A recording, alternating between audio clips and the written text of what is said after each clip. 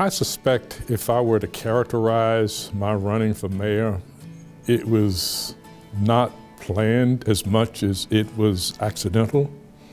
Accidental in that I was here at this time, having decided to live in Chapel Hill, had decided to buy a house outside of the traditional black section of town, because this is a liberal community. Who's going to have a problem buying a house because of race? And not only one realtor in town would even show us a house, much less sell one. We did end up buying in Colony Woods. And for the next year, we all lived under the threat of death. We even had to have police in front of the house to protect us. I came to the city council, which was known as the Board of Aldermen at that time, and asked if they would pass an open housing ordinance. They refused. I did it twice, and they refused. And that was the factor that precipitated my running for mayor.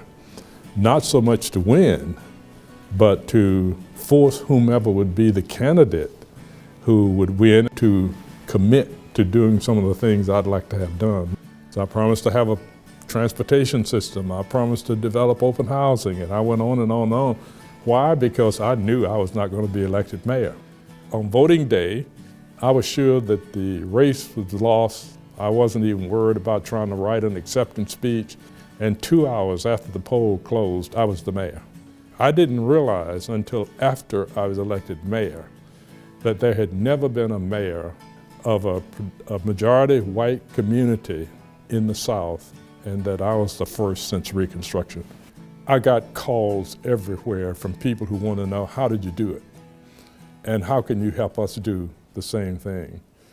I didn't waste a lot of time putting in place those entities that could move us in a direction, like creating a citizens council.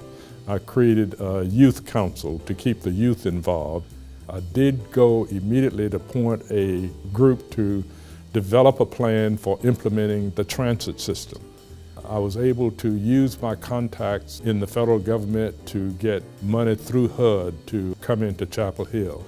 The town was actually in a position where it had to get its budget reviewed and then ultimately approved by the university before we could actually enact the budget. My goal was to change that and push for a town gown commission so that we would have a partnership and not a subservient and dominant entity. I didn't know much about Chapel Hill until I arrived here. I had no idea of the history of Chapel Hill. Of course, the history of this community is very rich, very impactful, and certainly highly respected by people all over.